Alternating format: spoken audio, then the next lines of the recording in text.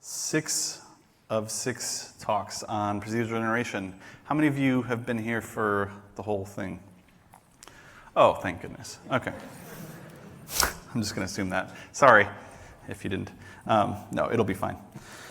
So what is this one? Juicing map generation with metadata.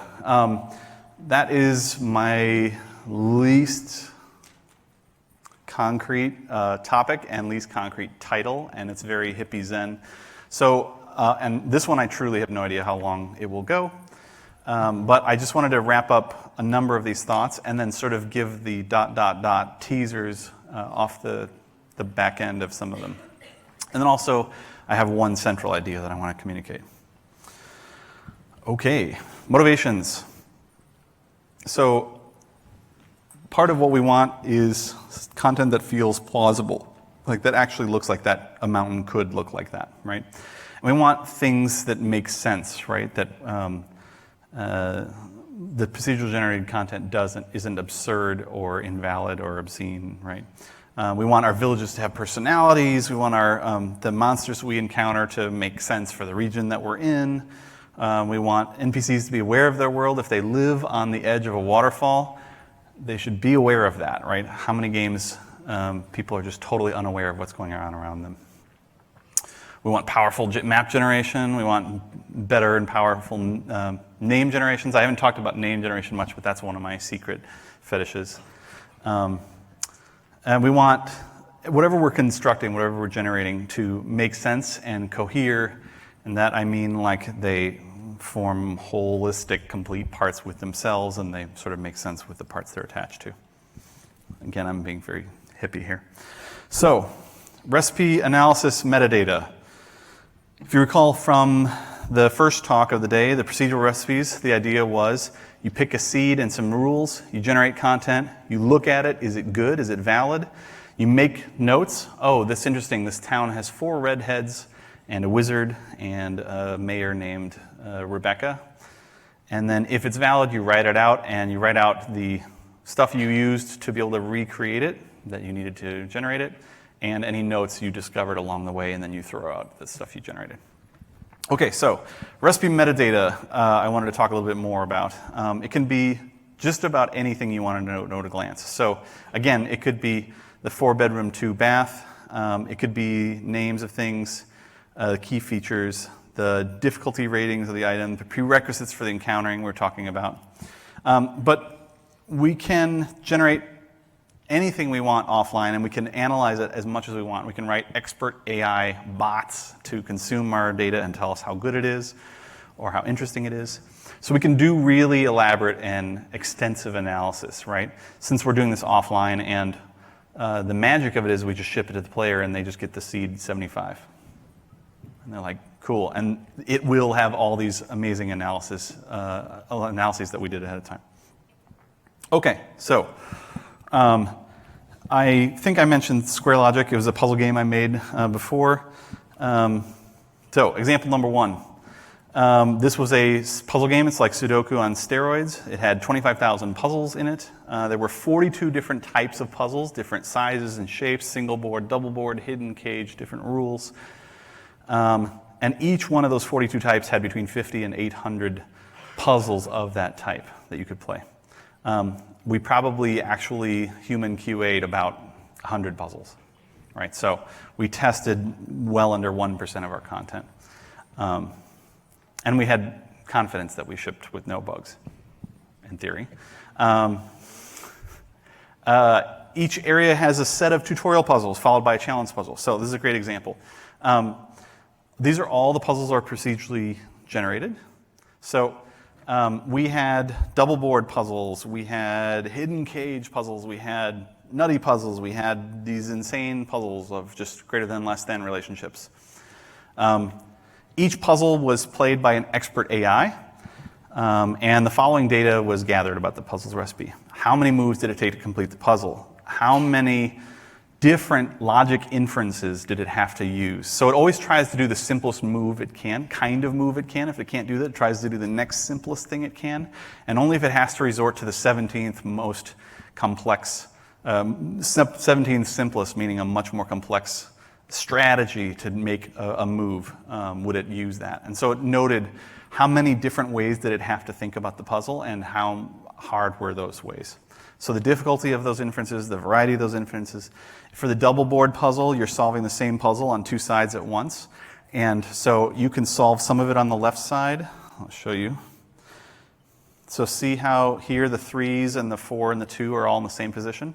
So there are certain rules I satisfy on one side or the other side. So part of the solver would try to stay on one side as long as it could, and then it would jump to the other side and stay there as long as it could. And however many times it was forced to ping pong back and forth, we're like, awesome, that feels like a double board puzzle.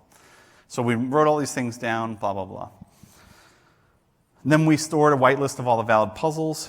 And then each area had 12 practice puzzles and a challenge puzzle. So again, this is just a classic, simple example of the sorted whitelists that we were talking about from the first talk. So literally, if we had all 800 puzzles, and they were the bottom third, middle third, and top third were we call easy, medium, and hard, it just sort of did even stride through the easy and medium puzzles to give you your ramping up 12 practice puzzles, and then the sort of the top end of the middle or the low end of the hard was the challenge puzzle to prove that you had mastered the skill and you could move on. So that looks like this. Okay, but we can get much more interesting than that with our analysis, right? So heat maps, one of my favoriteest things ever. We can do stuff like this. So let's say I do a path through this, and I do another path, and I do another path, and I do another path. Well, I can, if I want, with each path, store an amount of heat, which is just a number that I'm adding to a grid. So if I turn on the heat map, there, I did a path. So every square that I touch gets +1. And the maximum is 1, so they're all at maximum heat. Well, now I do another another path, and I get +1 for those. So only these two squares got +1 twice. So they're at the maximum of 2 now, and everyone else is at 1.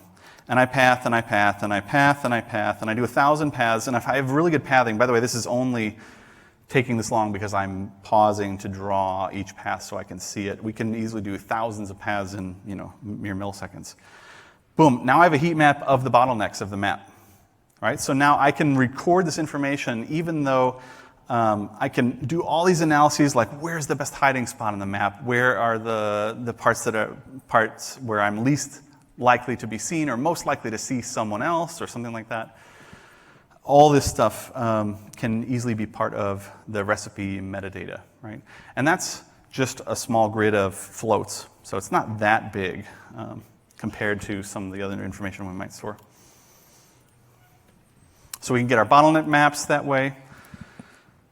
Some more examples of cool recipe analysis metadata. Voronoi influence or Dijkstra maps or distance fields, all the same thing.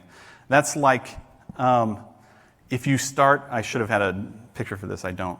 If you say 0 is some point of interest, say me, the player, and then I step out from there and that's 1, and I step out from there and it's 2, but it has to flood fill around corners, so I can get a map of distances to the player.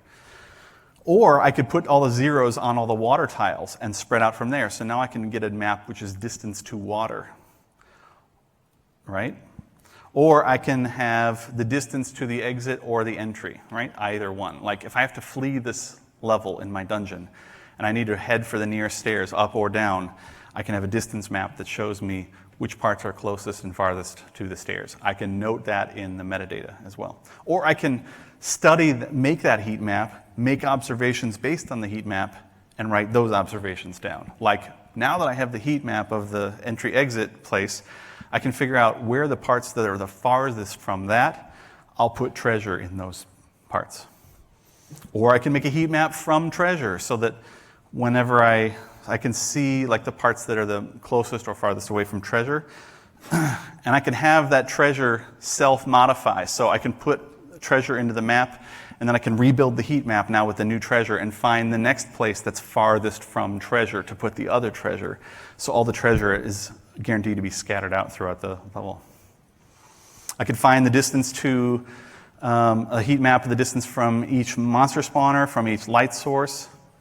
One of my favorite examples is generate an A-star path from start to finish, if that's that sort of map. I'm just giving you examples. And then along that path are your zeros for your distance map, and then you spread out from there. So now you have a map of how far are you off the beaten path. So like if you want things to be noticed, put them near that path with low numbers. If you want them to be hidden, put them off that path. They're less likely to be observed. This is an even cooler version. I could use it for first-person shooter or something like that, where I have my map, and then we generated random 3D stitched procedural first-person shooter maps in Quake 3, and they worked great. It was awesome. One thing you could do is write an AI that effectively does an A-star path through the map, runs through the map, and with each step, it looks at what would it see. I'm running this way, and then I have to run around this corner. What would it see? And everything that it sees, it adds heat to. And the closer it is to me, the more heat, and the closer it is to center, the more heat. So as I'm walking around, I'm like painting everything with heat, more heat, more heat, more heat. And so I can get a heat map of like my attention span, or like how attentive, how likely am I to notice something in a forward walkthrough. But I could also do that backwards, and then take the difference of those to try to find something that I'm very likely to see only if I'm turned around running backwards through the map, and very unlikely to see running forward, or vice versa. So you can have all kinds of control to have whatever content whatever metadata you're trying to observe for whatever reasons you want to exploit it. For me, having the AI do stuff, whether it's pathing or running through or trying to solve your puzzle or making notes, setting AIs loose on your maps and then having them make notes of their rampant session is very powerful. Monte Carlo tree search, CTS, is a very, very popular strategy now in AI. And a lot of it is just make some reasonable moves and then do random stuff and see what happens. And if you do enough of that, you'll get a good sense of whether moves are good or not. All right, mutators chain metadata. Oh, right, chain is the verb. I'm trying to parse my 3 a.m. Typing there. So mutators change metadata. So tile permanence, one of my favorites. Each map generator step can write any tiles it wants. So the cellular automata is going to add water, or the replace function or the from file drops a piece of room in from a disk, and it writes it with a permanence factor. And then each subsequent step says what level of permanence it is running at, and it doesn't overwrite anything that's, quote, more permanent. Right? And this is like the depth test in a Z-buffer if you've done any graphics. Like, write this pixel, oh, never mind, there's already a pixel that's closer to me that's been written. Never mind, discard that pixel. Another example of mutators chaining their metadata. Tile tags, this is my all-time favorite. This is superpower. Yeah, it's fine, whatever. So each map generator step can write, not just change tile types, change water to grass, but it can add any number of strings, arbitrary string data. And this is tiles, and this is during generation, so I don't care if it's like not super efficient. And by the way, I can use a string table to make it crazy fast if you're worried about that.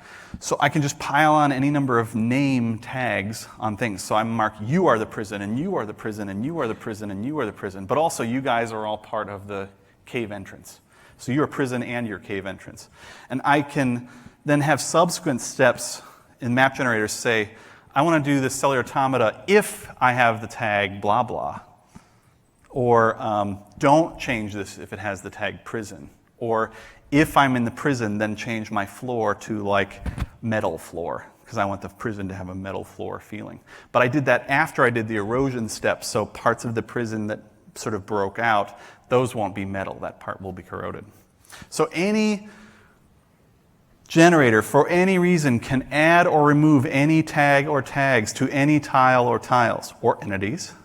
Like you can spawn guys in there and say, well, he's the boss guy, and then everyone else like tries to find where is the boss guy, and then they can spawn a little totem near the boss guy, and then the totem gets tagged as the home base, and then everyone else tries to spawn near home base. So anything can be tagged with any reason, reading, writing, or checking tags. We can even tag things with names that are invoked by other pieces of data. This gets tricky from a content management standpoint. Everyone's like, you put wet and I put moist, and then they don't agree. Or humid, right?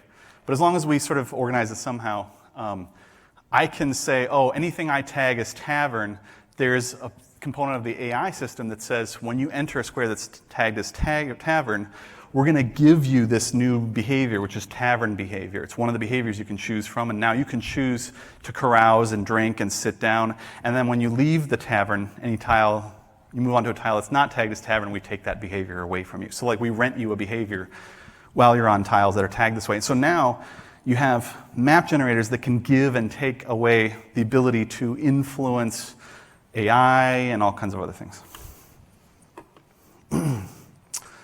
Generation context metadata. Boy, I don't even know what half this stuff means. What did I mean? Oh, yeah, okay, so I think I kind of did this point twice, but usually when we're generating something, this is more of a extolment or whatever, when we're generating something, we usually know a lot more than we let on, right? Usually, we know full well that there's a volcano right next to us, and yet when we generate the village, we do nothing that takes that into account, right? We know full well that we're in the desert, and yet we don't make the people's skin be darker or something like that, right? Or have their clothing be like light-colored, linen or something like that.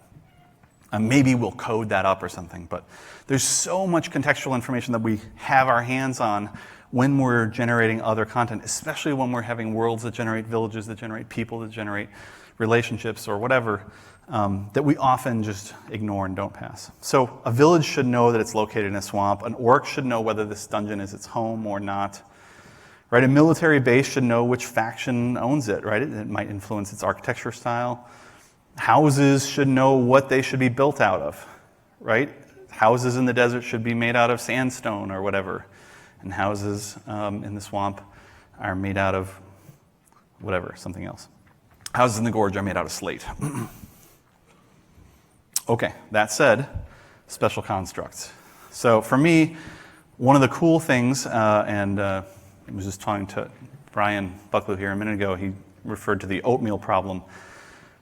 Like when you're generating a lot of content, one of the problems is like 1,000 bowls of oatmeal all the same, all different, are not interesting, right? And so one of the challenges of PCG is make stuff that's rare enough and special enough and different to like pop out and really be memorable, right? So for example, special constructs, and I mean constructs as in a person, an item, a building, a planet, a faction, whatever, should be made in an unordinary way, right? And they're meant to be standing out. Like, what in the hell is this tower of obsidian doing in the middle of the desert here? Like, that will get my attention, right? It's specifically something that's not anywhere around here. Like the Moai rocks from Easter Island, they are nowhere. The quarry is like 10 miles away, and the Stonehenge, those rocks aren't within 160 miles of that. So it's not like, oh, wow, someone moved rocks and stood them up. It's like, why did they bring them 100, and how did they bring them 160 miles to this place? And the fact that they're out of place makes them even more cool and mysterious, right? Not just special constructs, we can have extraordinary constructs. For me, I don't mean those words in a particular way, but I just mean them as two different ideas. Some constructs, by their very nature, are extraordinary and should be noticed, right? So, again, volcano, waterfall, geyser, lava pool, if we're talking about world generation, right? And you have very, very, very rarely you'll have occasionally a volcano or a geyser. Like, you might see one out of playing 30 hours of the game, right? If it's that rare, then it will feel that much more special.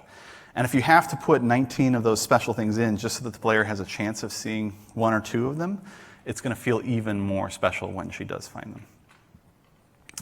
Therefore, those things, if they're that rare and they're that special and they're going to be that meaningful to the player, they should be meaningful to the NPCs. They should be referenced by the locals. They should name their kids after it. They should fear it or worship it, right? They can influence the naming of people and places. The inn could be called the River's Edge if a river is detected nearby, or the Cliff and Canyon Tavern, right? Or if lilies only grow on the side of a nearby volcano, you might have the girl's name Lily pop up in nearby villages.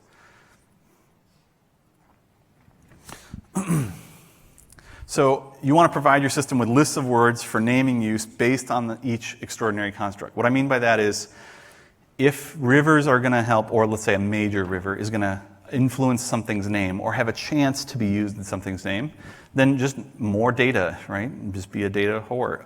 Have a list of as many synonyms for river as you can, and any inn or tavern or whatever can grab one of those words if it has a chance. So you can have the Barney Brook or something like that. If there's a canyon nearby, I mean, just looking up lists of synonyms in a thesaurus, I mean, there's like 15 words that basically mean mountain or canyon, right? So you can have, Wolf Heights for a tavern that's in highlands that has wolves nearby. Hierarchical generation metadata, that's just, again, this idea of each layer that generates should pass down, even just as context for the generation, data to the layers below it. And this is coming back to Innes McKendrick's assertion that metadata is data and that outputs can become inputs and all that stuff. So like the planet can inform the biome. This is a oceanic planet, so that means the biomes, there are not going to be any desert biomes.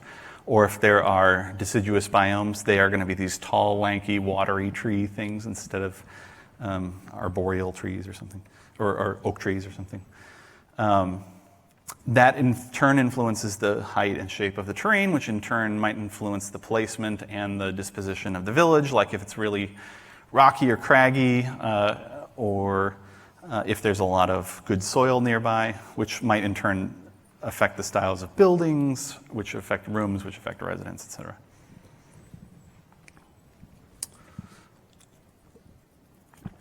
Indirect linking. Feels a little off topic, but I feel like while we're talking about data and proceduralism, we have to go here. So bad is roll random creature fish, and it's in the desert. Now, maybe that one's obvious, but there's a lot of things that just aren't that great fits, right? Like maybe lizard men even aren't a good fit for the desert. Maybe there are some that are not like stupid like fish in the desert, but maybe most swamps don't have wolves. I don't know. It's a little better to say, well, the swamp definition, the definition of what a swamp is, might say by name, I can spawn lizard men, I can spawn kobolds, I can spawn this. But it's better probably if the lizards say I can spawn in swamps, right? Because you're probably going to have 20 biomes maybe, but like 300 kinds of creatures. So it's, if you add a new biome, like mountain, then you have to, that's a big pain in the ass, but that's going to be a very rare thing for you to do. And if you did, then you'd have to go through and add to everyone, okay, you can spawn in the mountain, you say you can spawn in the mountain, you say you can spawn in the mountain. But how much worse is it if you add like a troglodyte and now all the biomes have to like say they can spawn him or else he can't be spawned everywhere, right? And you're going to be adding new creatures 10 times more often, they're going to be adding new biomes. So just context is king here. However, the best thing is indirect linking, where you just say, swamps say, I'm moist. Lizard men say, I spawn in moist. And now they can be linked, and that can be like a term, either of humidity or aridity, or it could just be a tag, right? Just, I'm banana, and I spawn in banana, so I can spawn in you. And that way, the swamps can say things, the lizard men can say things, and then when you add content, you don't have any sort of n-squared burden of updating all the other content to reference it. You can also mark tags on data directly. You can author them, right? You can just say, here's a blah, blah thing. Oh, by the way, and it comes with the tag creepy on it, okay? And then generators might say, oh, I need a creepy building. And then another generator could say, oh, if I'm creepy, then add moss. Right? So you could have the same generator that's doing stuff based on whether you're creepy or not, and it could like go find a creepy weapon, like a scythe or whatever, instead of a non-creepy weapon. So the general point here is let your generation be as informed as possible. You already have the info, so why not share it? Takeaways. There is a ton of data and context to be had during the generation process. And for me, really the greatest crime, and I'm just as guilty, at least historically, is failing to leverage what I already know when I'm generating what else I want that's going to be interacting with that. Make your content generation as meaningful as possible by relying heavily on context. Context is everything, right? Is it okay to lie? Is it okay to kill? Context is everything. Metadata can be the result of deep, deep analyses, AI walkthroughs, pathing, distance field generation, Voronoi influence fields, right? Go crazy. If you're going to use recipes, have fun with them. You can really, really get a lot of information about it. That is it for the day. Go have fun and make something procedural. Thank you, guys.